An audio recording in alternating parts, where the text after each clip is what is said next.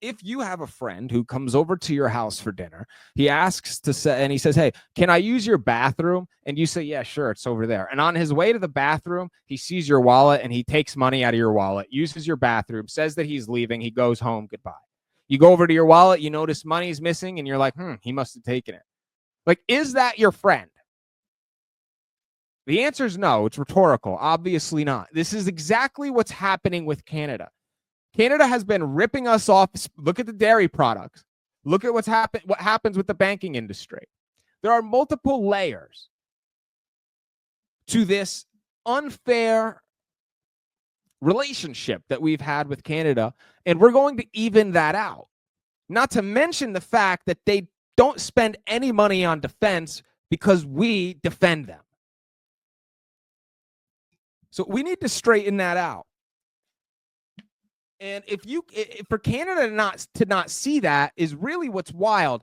And then for them to respond like this is even crazier. Let me be clear. I will not hesitate to increase this charge. If necessary, if the United States escalates, I will not hesitate to shut the electricity off completely. Believe me when I say I do not want to do this. I feel terrible for the American people because it's not the American people who started this trade war. It's one person who's responsible. That's President Trump. I'd rather be working together. I want to sell the U.S. more energy, more electricity, more critical minerals. I want to make Canada and the United States the richest. Doesn't sound like it. Doesn't sound like it because you're not respecting our president. So let's look at some posts. How did Donald Trump respond to this? Oh, not well, not well. So let's read Trump's post. Based on Ontario, Canada, placing a 25% tariff on electricity coming into the United States, I have instructed my Secretary of Commerce to add an additional 25% tariff to the 50% on all steel and aluminum coming into the United States from Canada, one of the highest tariffing nations in the world.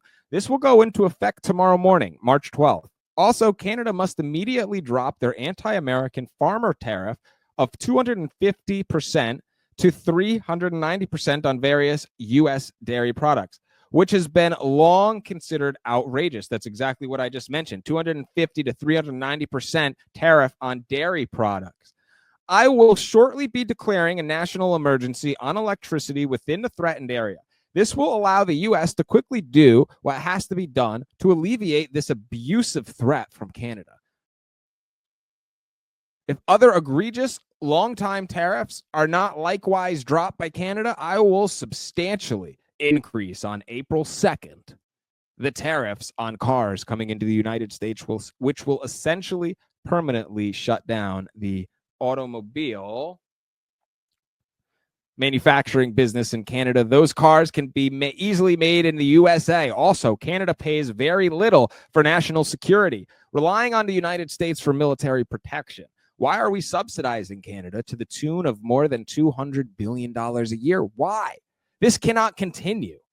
The only thing that makes sense is for Canada to become our cherished 51st state. This would make all tariffs and everything else totally disappear.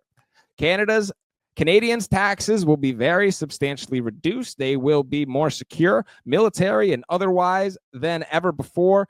Yeah, so he's going on about the 51st state, which personally I'm not too big of a fan on. I'll tell you right off the jump. We talked about that a little bit last night, but I guess that's a story for a different day. So that is one of Trump's responses. The second one is, why would our country allow another country to supply us with electricity? Why? Could you imagine Canada stooping so low as to use electricity that so affects the life of innocent people as a bargaining chip and a threat? They will pay a financial price for this so big that you will read about it in the history books for many years to come.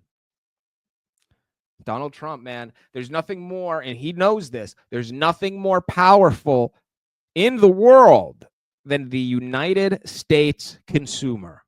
It's the most powerful thing on the planet. The United States consumer, Donald Trump knows that. He leverages that. Chris, what do you mean? Give me an example. Well, hey, I just said, remember, 30% of the GDP in both Mexico and Canada is exported to the United States, meaning all of these countries are worthless if there isn't a buyer on the other end. The United States is a country of consumers. Now we have a president who understands the art of the deal, right? The author, the art of the deal.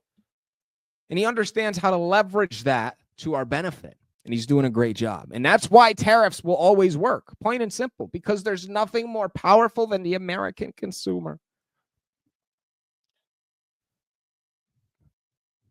It didn't last long. Within 4 hours, Ontario drops the whole idea of upping it by 25%. So Canada caves. Ontario drops a 25% charge on American electricity. The math, 4 hours after Trump's truth post where he announced his retaliation against Canada.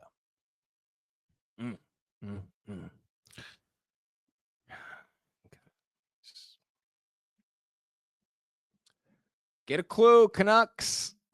Get a clue.